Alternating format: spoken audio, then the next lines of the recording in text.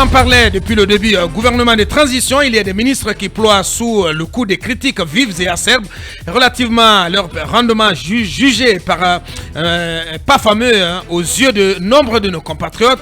Cette perception négative fait de les moins cotés dans l'opinion et de ce point de vue considérés parfois à tort comme les moins bien notés dans les évaluations de l'équipe gouvernementale dirigée par Dr Bernard Goumou selon de sulfureuses indiscrétions.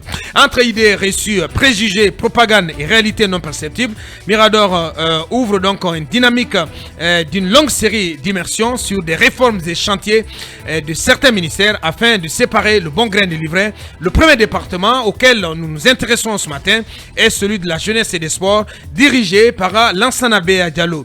Que peut-on mettre concrètement comme bilan à son actif, à l'actif de l'ancien boxeur et de son équipe, et quelle est la réalité de ce qu'ils font au-delà des préjugés? Mamadou Ouri Diallo, cabinet Fofana. Effectivement, nous partons au ministère de la Jeunesse et des Sports, où justement il a été nommé ministre de la Jeunesse et des Sports le 2 novembre 2021. Vous parlez de Lansana Bea Diallo. Évidemment, j'arrive à son nom. Il avait d'emblée face à lui de nombreux défis, on le sait tous.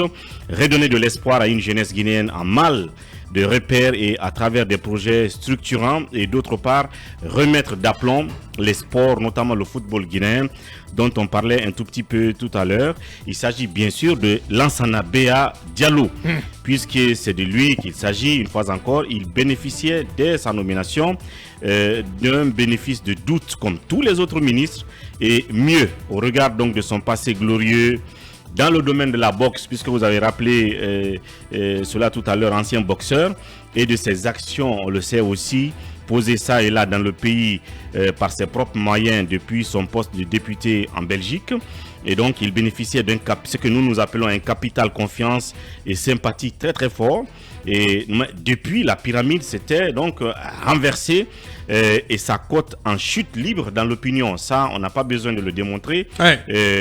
Il faut voir dans l'opinion les critiques qui fusaient contre Béa pour le savoir. Ouais. Et donc, qu'en est-il donc des actions concrètes? C'est la question qu'on s'est posée par le ministère de la Jeunesse et des Sports sous l'ère CNRD.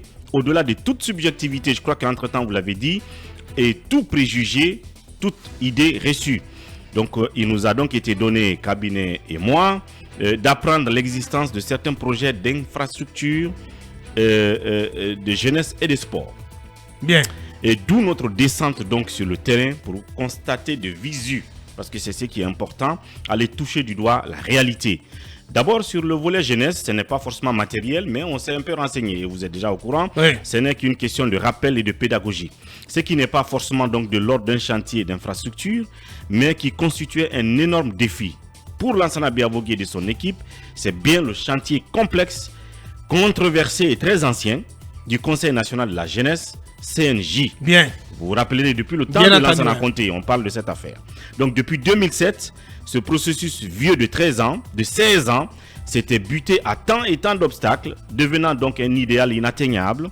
Et ce pari est finalement gagné par Lansana Bea Diallo et son équipe. Lansana Bea Diallo. Lansana Bea Diallo et son équipe qui ont jeté toute leur force, leur volonté et les moyens qu'il fallait pour donc parachever ce vieux processus de mise en place du Conseil national de la jeunesse, dont le bureau exécutif, composé de 9 personnes, dont 4 jeunes dames, pour satisfaire Garay en studio, donc qui a été présenté officiellement et installé le 25 septembre 2023, donc le mois dernier.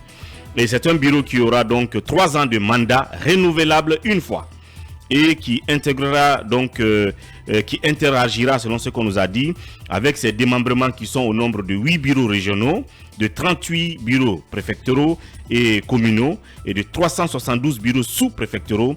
Il est donc à préciser que ce processus s'est passé de la base au sommet de la pyramide, ce qui fait donc les démembrements du conseil du CNJ étaient déjà meublés avant l'élection donc des membres du bureau national, dont le président est ce jeune Abdoulaye Diané, qui a été présenté au public à cette occasion où le Premier ministre était là et beaucoup d'autres membres du gouvernement. Bien. Et puis, cabinet, moi, on a posé la question.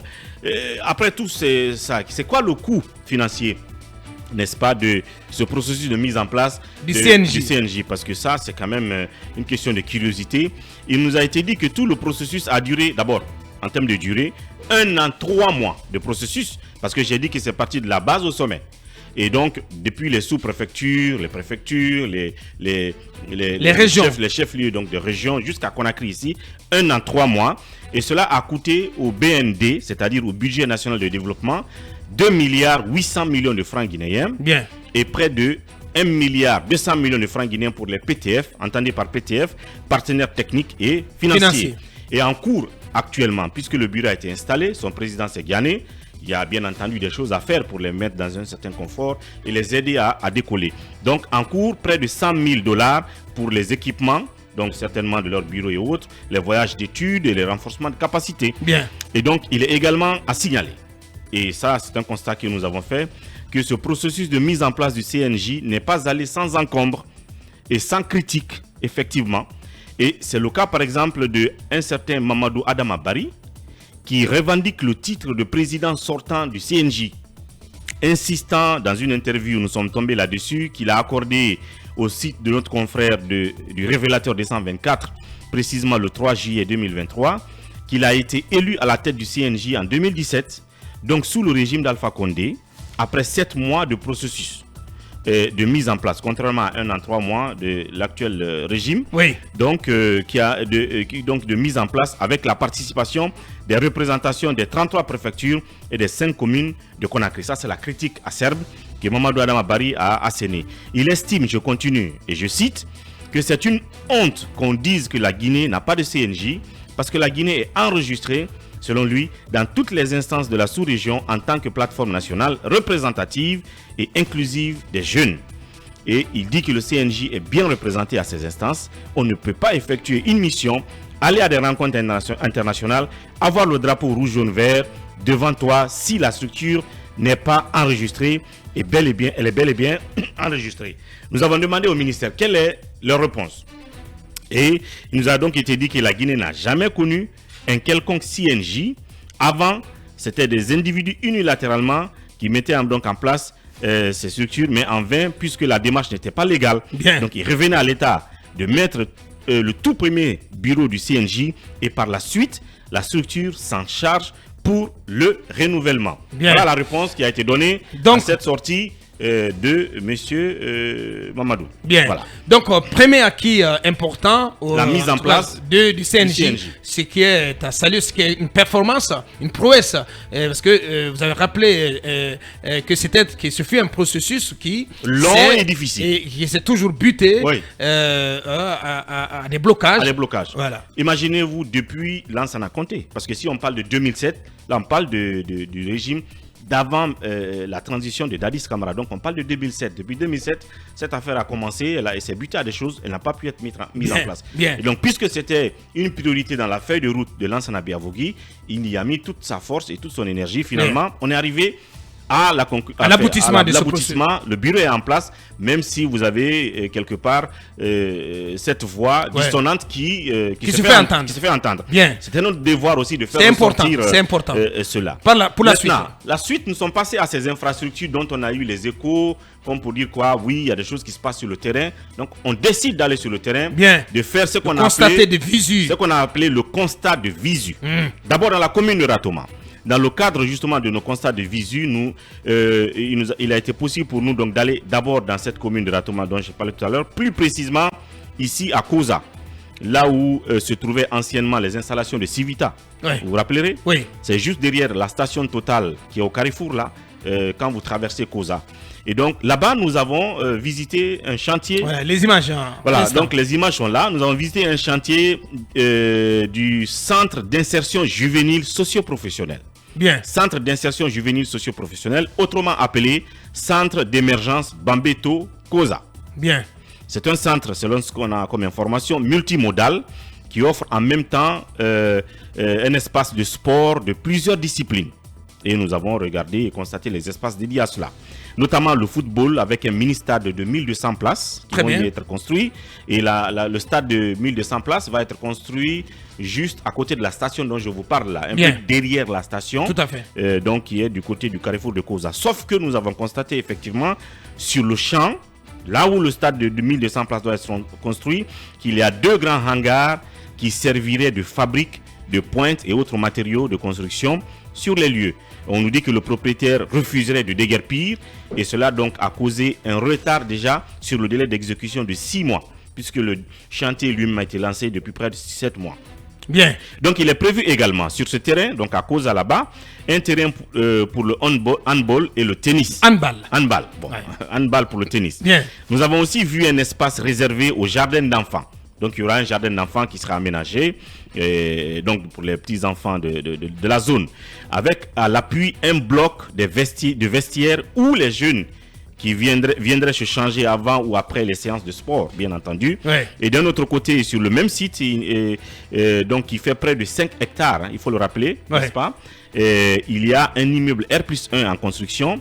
Et dans sa configuration, on nous a donc dit qu'il est prévu une trentaine de boutiques au rez-de-chaussée. C'est qu'il y aura donc ces bâtiments où il y aura 30 boutiques en bas. Donc des jeunes gens de la contrée qui auront des petits projets de magasins et tout pourraient venir louer ces magasins pour justement exposer leurs marchandises. Bien.